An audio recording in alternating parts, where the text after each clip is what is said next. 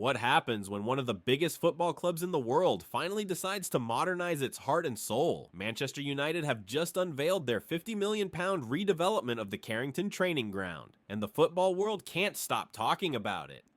Fans are calling it long overdue, absolutely stunning, and even the start of a new era. Others, well, they've got questions, criticisms, and more than a few cheeky digs. And somewhere in the middle of all this noise, one name keeps popping up: Cristiano Ronaldo. Before we dive in, make sure you hit subscribe and turn on notifications so you don't miss more deep dives into the biggest football stories. Now, let's unpack exactly what people are saying about United's shiny new training home. A lot of people's first reaction: about time. For many, the fact it took until 2025 to modernize Carrington says everything about how poorly the club's been run in recent years. Some pointed straight at the Glazer family, saying their lack of investment in the club's infrastructure was obvious, even before Ronaldo called it out in that famous interview. One fan summed it up bluntly: if players are supposed to perform at the highest level, they need a top-class environment to train in, not facilities stuck in the past. And after seeing the inside now, people say it's unbelievable, with the new design finally reflecting the stature of Manchester United.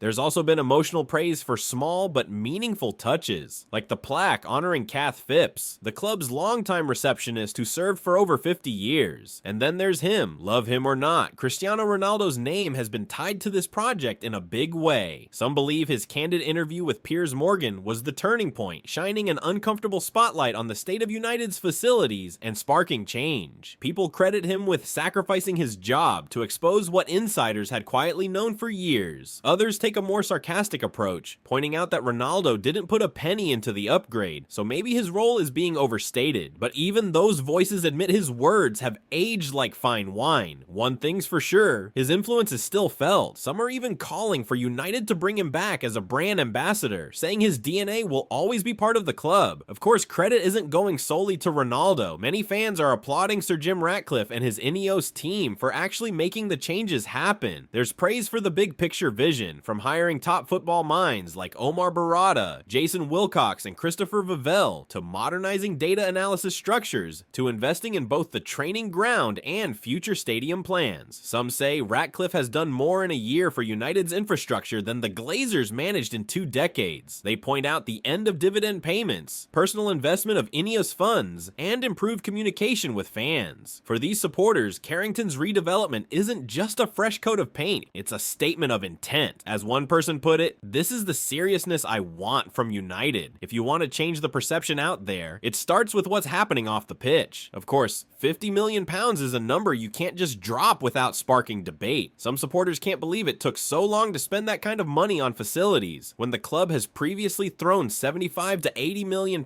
at players like Sancho and Antony with questionable returns. Others see it as money well spent, an investment that will pay back in player performance, recruitment appeal, and long-term club stability. Then there's the inevitable comparison game. City's training academy reportedly cost £200 million, so some rival fans have been quick to dismiss Carrington's facelift as not even close. Still, plenty feel United's version has the edge in character, especially with features like the trophy stairwell, which showcases the club's historic silverware in a striking new way. Not every reaction has been positive, though. Some point out the contrast between lavish spending on facilities and the fact the club still carries over £1 billion in debt. Others raise questions about priorities, with claims that some staff, from dinner ladies to cleaners, lost their jobs during the process. There's also concern for the women's team, with fans asking whether they'll get the same level of resources and treatment as the men's first team. A few even argue that facilities are nice, but they won't matter if the team continues underperforming on the pitch. As one person bluntly put it, meanwhile, the club sits above the relegation zone. Yikes! United's rivals, of course, haven't missed their chance to stir the pot. Some joke that Newcastle fans will be fuming over this. Others say rivals are typing and deleting as the sleeping giant starts to wake. There's also a fair bit of banter comparing Carrington to rival setups like Liverpool's AXA Training Center, with some insisting theirs is still better. But even among rival fans, there's a grudging acknowledgement that this is a step forward for English football, especially if United can translate these improvements into results on the European stage. For many United fans, this upgrade isn't just about bricks, mortar, and fancy interiors. It's about restoring the elite standards the club once represented. There's optimism that the new Carrington will help attract world-class players, support better training and recovery, and foster a winning culture. Some are already calling it the best and most modern training facility in England. And beyond the immediate buzz, people see it as the first major step in a bigger journey. One that could lead to new stadium developments, stronger recruitment, and ultimately a return to the top of world football. So the £50 million Carrington redevelopment has united fans in excitement, divided them over who deserves credit, and stirred up rival supporters all at once. Whether you see it as a long overdue investment, a Ronaldo-inspired revolution, or just a shiny distraction from deeper issues, one thing's clear: Manchester United are finally moving like a big club off the pitch. The question now is, can they match it on the pitch? What do you think? Is this the start of a genuine new era at Old Trafford, or just a fancy upgrade that papers over the cracks? Drop your thoughts below, and if you enjoyed this breakdown, hit like, subscribe, and I'll see you in the next one.